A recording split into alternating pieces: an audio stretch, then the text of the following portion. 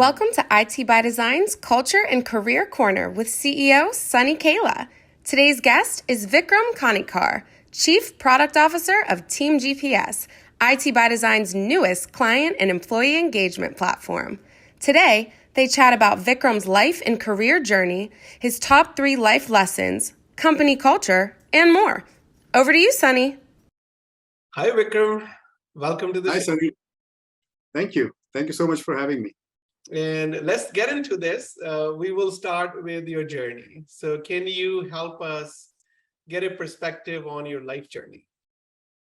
Sure. My life has been pretty interesting, I would say, compared to what I thought it would be. I was born in one state, I lived in another state, and I spoke the language of the third state. So I grew up kind of in this multilingual culture from my childhood. And that has kind of carried over into the rest of my life, where I've always done different things.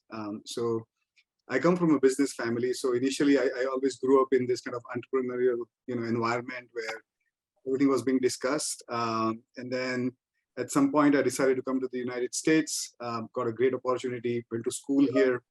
And then since then, in my professional career, I've always worked in completely different domains. So, I worked my first job was in a nonprofit, and I worked there for almost 6 years. And that was an amazing experience, really smart, committed people who most probably could have gotten thrice the amount of money somewhere else, but just doing something because they believed in it. And that was a great kind of beginning to my professional life, just seeing that. And then after that, I have worked in completely different domains like fintech and marketing and education and, now in the MSP space. It's always been around product, software technology and software products, but the domains I've experienced have been very different. And that's been part of the fun part of my journey, or the interesting part of my journey is I've got to learn so many things along the way. Every job has been different. I've had It has been challenging as well, because you think you worked somewhere for a long time, you know stuff, and then you go to a new job and suddenly it's brand new stuff all over again. So it's challenging, but that's also what makes it interesting. From an IT by Design perspective, I think I still don't know exactly how I got hired at IT by Design because I had no connection to the industry, to the company. I looked in LinkedIn, there was not even a 6 degrees of separation with anybody in IT by Design, but one day an email lands in my inbox on LinkedIn, and I'm like, yeah, that sounds interesting. Let's talk. And then I talk to the recruiter, then I get to a couple more people, and it was a very amazing experience. So, we are talking about culture. So I think that's one of the biggest things that attracted me to this company, which was even the interview itself was different from what I was used to. The kind of people I met, the kind of conversations I had with everyone across the board was very different. And that was one of the major factors of me deciding that, hey, you know what? The next step in my journey is working with Sunny and all these amazing people and trying to build some software. That's awesome. But you mentioned something like the non-profit experience that you have had. And people, they were the people that were working there and they were enjoying and happy and they were doing it for that purpose, and they could have made a lot more money elsewhere. And I think there's some learning from that for every business, because there's a lot of noise in the last 2-3 years that, hey, people only are kind of, that there's a great resignation era. People leave for money, and here I'm hearing something different. And is there any learning that you have when you were working in that environment, that what other business owners and leaders with the running team, what can they do so team is not with them just for money? Yeah, so I think that's a great question, because when I look back upon my career, I feel like my experience working at that place definitely impacted how I thought of what culture and what team I want to build, right? Because as you said, they were incredibly smart, incredibly committed people who could have made a ton more money somewhere else, but they enjoyed it. And I think, so a couple of different things. When I see people talking that, across the board, my team is not interested in working, or they are all in it just for the money, my reaction to that is to look inwards. Because to me, a leader, you are really not down in the trenches doing the actual work, right? So what is your job? Your job as a leader is to make sure that people find purpose, find fun, and find contentment in the work that you're providing to them. So it's a leader's job is basically that, to make sure that the team is set up for success. They feel like they're part of doing something that is a purpose, there is something that they have fun with, and also they enjoy working with their peers. So there's a lot of different things that go into it. But I think the leadership that you provide plays an important role in that. And that is your first thing. If you do that, then other people will be successful and they will make you successful. Yeah, that's awesome. So, And now let's talk about, how would you describe culture at IT by Design? so culture at IT by Design is actually a culture. And what I mean by that is, I loved how you said it once way in the beginning when I was joining the team, was that you can either have culture by design or culture just happens, right? And in most of my companies, people were well-intentioned, like nobody had a bad intention, but there was a lot more talk about the culture than any actual follow-through. So the first thing that I always think of when I think of IT by Design's culture is, it is by design. Like there is a lot of time and energy and money spent on making sure that we are creating the culture we want and not just hoping and praying that it magically happens. And that to me is a huge differentiator between other companies and IT by Design. So that's the first thing, right? Like we literally do a culture by design. I know you spend a lot of time thinking about this. You go somewhere, you find something interesting. You don't just come and say, hey, I had something interesting. You actually take it to the team and be like, okay, how can I leverage this to make sure that the team embraces this and gets better at what we are doing? And it's very easy for people to say things, but in IT by Design, the biggest thing I see is there is effort and money spent behind creating that culture. So that's one thing, right? And that's a huge thing because everything else comes from that. So I feel like when we see that, I feel like all the team members, all the associates, they actually get that feeling that, hey, people do care about my progress, how I feel, right? Whether I'm successful or not, whether I have the tools to be successful or not. And people enjoy being at IT by Design a lot more, right? Like if I look at the normal bell curve, you have some people who really love it. Some people are like, and then some people are like, I'm just here for the money. I feel like in IT by Design, the curve skews a lot more toward people are happy to be here than just in the middle. I tend to think visually, so that's how I think of it. That's a good way. But I think, I love the culture. I love the openness. We are using the collaborative way. And again, it's one of those things where people can just talk about those things and then go and do what they always did, versus doing the training, then doing refresher courses, constantly making sure we are actually embracing that. And then, having core values, but actually rewarding based on those. So making sure people are aware that, hey, we are a happy family, right? Like, we have our core values. So actually leveraging them and talking about them and not just having them on the website. So all of these things combine, I feel, to create something that is very special. When we have events like Build It or something else, I feel like external people also feel that. And I've heard that feedback a lot as well. Like it's not just the team members who feel like, oh my God, we have amazing culture. But when we are out when we as a team are kind of representing IT by Design to other people, it shows. And that's what people are attracted to. And that's what people react to when IT by Design represents itself to the outside world. And I think that is pretty amazing. Yeah, no, thank you. And, so why we do this, having this conversation is one, because we're a growth company in a hyper growth mode. We need more people with shared value system that they can join our community. And we just want to openly share who we are and who is the right fit. What are your top 3 life lessons that you have learned where others can learn from your learning?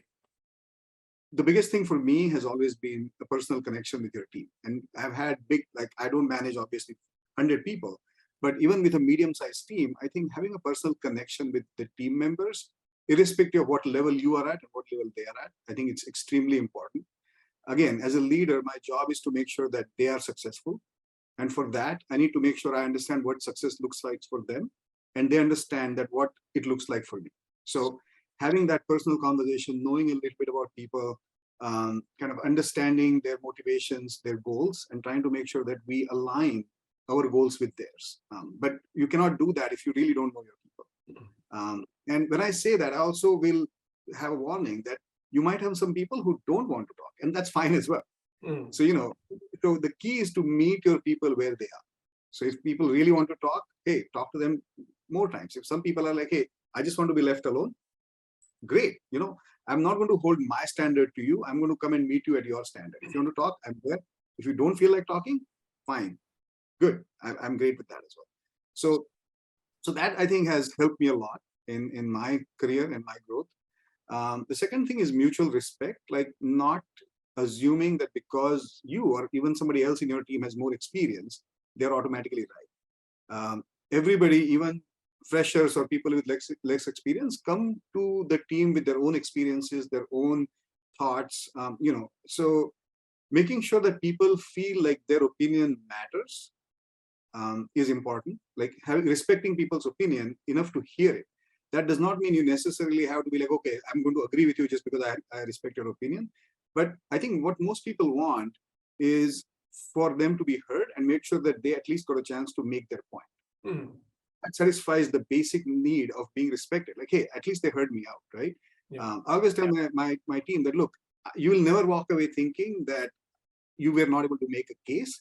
I cannot guarantee that you'll walk away thinking that, yes, I got what I wanted. And there's a difference.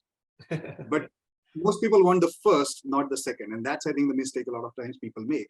They feel like, hey, if I hear them, then I have to give them what they want as well. So having that mutual respect is important. I have two more, so I'm going to try and combine them a little bit. But I think diversity in the team, and not in the traditional sense of diversity, obviously that's important as well. But I think I've seen some teams where we hire multiple copies of the same person. And that creates a unidimensional team and a unidimensional product if you're building a product. So what I like to do is, as much as possible, hire different people in terms of their abilities, their experiences, their gifts, what they're good at, their skills, their viewpoints even, right? Because to me, that helps chisel your ideas and your outcomes at the very beginning, rather than the market chiseling them for you. Because the market is full of diverse people. And if you have just a single kind of person, then you end up kind of building a product that appeals to only that person. And then the rest of the market comes in and helps you kind of chisel that up and be like, hey, you really did not need to do this, right? So I think that builds a healthy team. It builds a team where you can actually have mutual respect because you have differences of opinion.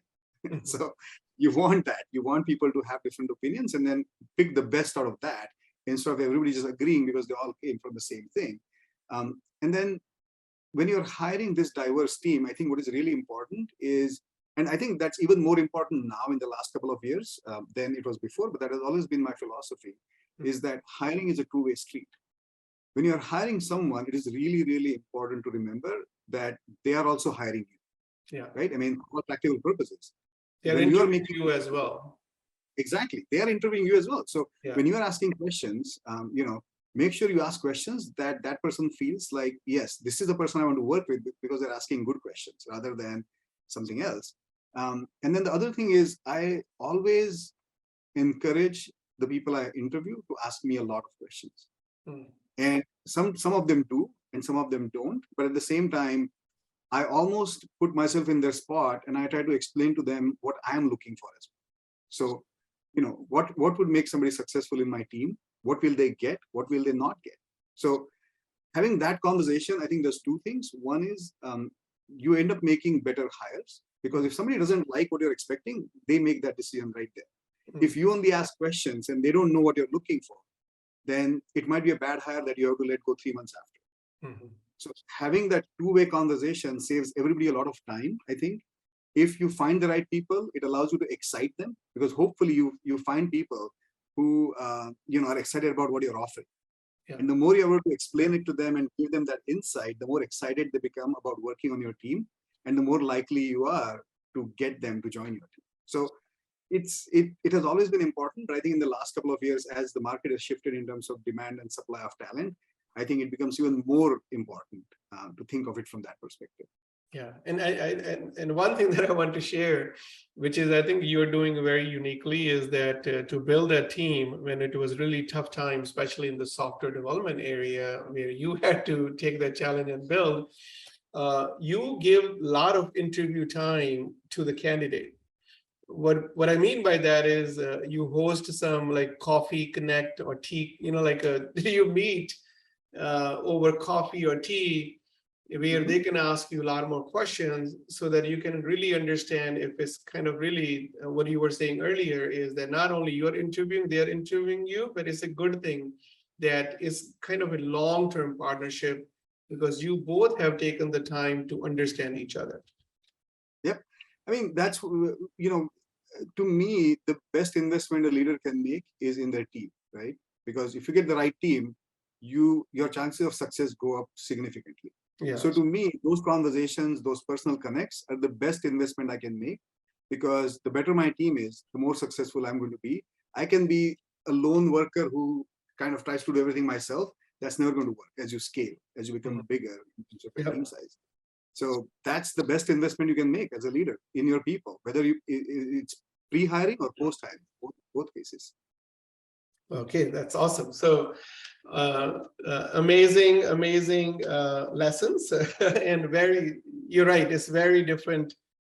Something that is not commonly talked about during my even culture conversations that I do is that, making sure that that personal connect is there, because that is important, right? People, and that aligns with probably what you said in the beginning with non-profit environment where budgets are very limited. People work there because they have some kind of personal connection with their leader, and with the why of the nonprofit.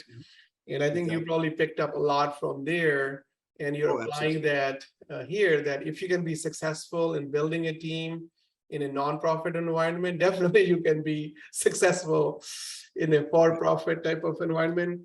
And then having that mutual respect and diversity in terms of skills, complementary skills, bringing complementary skills from personality point of view, from skills, abilities point of view, that we can all, we all are different.